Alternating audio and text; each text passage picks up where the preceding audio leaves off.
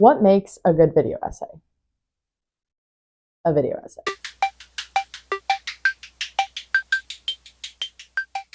Video essay. Video essay. Video essay. Video essays. If you can ask it, someone's probably answered it in a video essay. The video essay has been a means to entertain fan theories, explore the lore of a video game or a historical deep dive, explain or critique a social media trend, or, like most written essays, expound upon an argument, hypothesis, or curiosity proposed by the creator. Before the Five Nights at Freddy's movie came out, I wanted to learn a little bit more about the lore because I know how complex the games can be. So before I decided to watch the movie, I researched a bunch of essays to watch on YouTube. I found one by Gibby's Good Idea, Bad Idea that was nearly 9 hours long.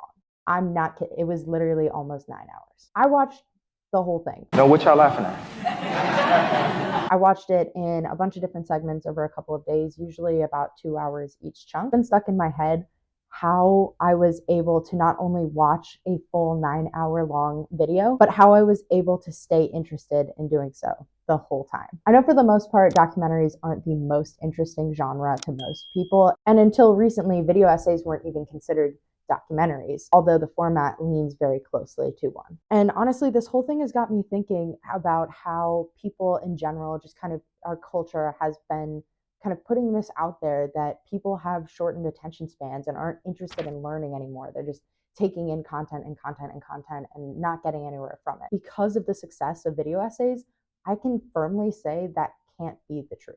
There are plenty of video essays that are just as long as the FNAF video that I watched. Some are as short as maybe 5 minutes, 10 minutes, and some can range in like 9 or 10 hours. The video essay format is kind of all over the place. Based on my research of hundreds of video essays over the last couple of years, and then also a more deep dive in the last couple of weeks, these are the 3 things that I've found separate a video essay from anything else. Let's break it down. So one thing I wanted to talk about is the difference between a video essay, a commentary video, and a reactionary video.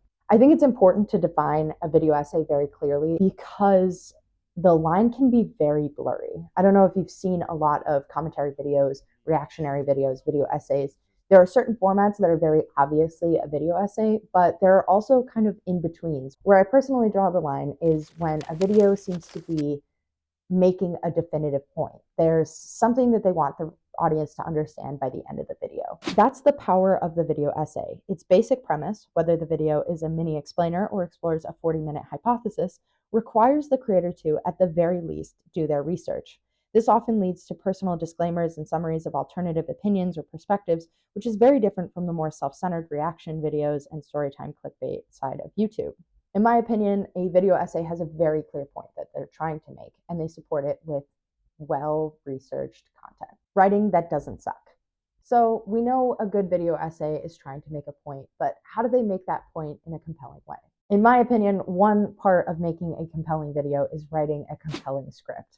A script that essentially doesn't suck. A good script can be a lot of different things, but in my opinion, a good script relies on these 3 key features: interesting topic, solid foundational research, and good structural flow. In terms of an interesting topic, the creator really has to be actually genuinely interested in the content that they're making. I think it can really show in a video when somebody's just making something to make a point or to just make something, as opposed to somebody that's making something because they genuinely want to know the answer and they're invested in researching it. I think it can be very clear in the research that they do how strong it is, and it can also be clear in the way that they're speaking and the way that they're coming across, whether they're a faceless video or they're showing their face like myself. As far as the topic goes, if it can be answered in a simple yes or no, it's probably not a strong video essay topic, because what makes video essays so special is they're able to be challenged and dissected. There's like a back and forth between the viewer and the creator. In terms of the topic, there's give and there's take. And when a topic only has a yes or no answer, there's really no room to dissect it. I've noticed channels like Skip Intro, Pinely, Defunctland, they're clearly creating videos on content they care about. And I think it really shows, again, in the quality of their videos, the quality of their research, and the quality of the topic. When Defunctland made a video on fast passes for Disneyland, that video had a clear, strong path of research. Not only did he do extensive research in terms of how fast passes work and kind of the history behind them, but he also did simulations of fast passes and an actual theme park in order to better tell his point. The amount of time and effort it must have taken to do that requires some level of interest. And I think it really shows in the video. In my opinion, the value add must be as interesting to the creator as it is to the audience. For me, I wanted to make this video essay because I've been genuinely blown away by how many video essays I'm able to consume. I will scroll TikTok for hours and watch 5-second, 10-second, 15-second content, but I'm still able to sit down and watch a 2-hour long video essay on something super niche like the cultural impact of The Walking Dead. Great video essays are deep dives into a topic. Quick side note, something I've noticed really enhances a video is when a creator adds a bit of personality to it. Whether it's a faceless video and it's the tone of their voice and the editing style, or it's a video where a creator is sitting down and talking to you, when they add their personal dissection to it, their personal thoughts, their personal opinions, I think that can really enhance a video. I think Pinely does a good job of this because he will kind of sit down and talk to you one-on-one, and in a lot of his videos, he's not just sitting talking to a camera, but he'll be,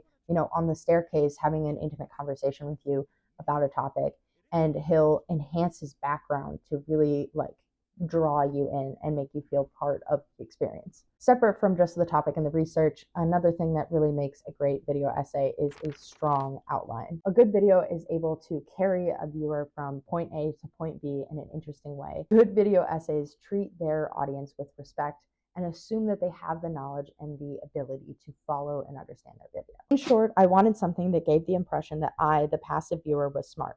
Enter the video essay. Make it look good. Style and presentation. Now, like I said before, if you're doing a faceless video essay, the tone of voice of the narrator really has to fit the tone of the piece. Something that Gibby's Good Idea, Bad Idea that made the FNAF video I was talking about does well is it's kind of a conversation between you and the creator.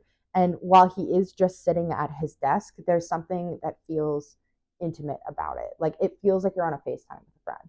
Something I did notice and I thought was really funny is because he filmed such a long video, he obviously had to film over a couple of days. So the background changes in very slight ways. Like at one point there was like a Lego set in the back, and then there was an Eras Tour sweatshirt and a ton of other stuff. It wasn't entirely distracting, but it almost made it feel more intimate in a kind of funny way. Okay, separate from filming, editing is extremely important. I don't think a good video essay has to be edited brilliantly. I don't think that, especially when you have a person talking, it needs to be above and beyond. It needs to be production level graphics and, animations and things of that nature. However, the editing style must be solid and at least consistent. If you decide you want to skip all the animations and just go for more of a glorified slideshow, I think that's totally fine. As long as your story is compelling, your research is thoughtful, and the way that you talk about the topic shines through. However, people like Dodford really lean on their editing style, and it really enhances the video experience. It's almost like how TV shows have like an intro that really sets the tone, especially for a longer episode. It kind of creates this okay, I'm in it, I'm back to the show, I'm sitting down for an experience. Something Dodford said in an interview that I thought was funny is we need to get rid of the yellow highlight marks.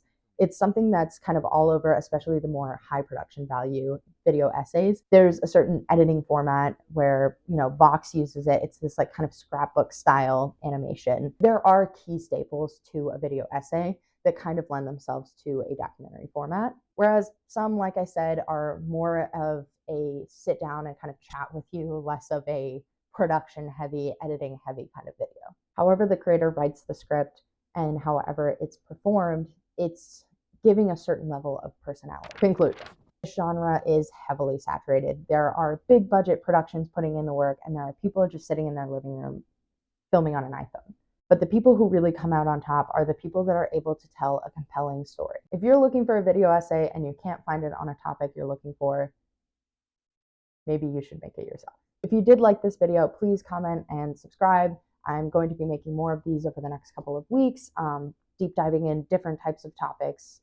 Again, it's something very new to me, so I'm excited to explore with you guys. So feel free to drop a comment and let me know how you felt about anything I might have said in this video, or if you have anything you want to add that I might have missed. Thanks again for watching, and I'll see you soon.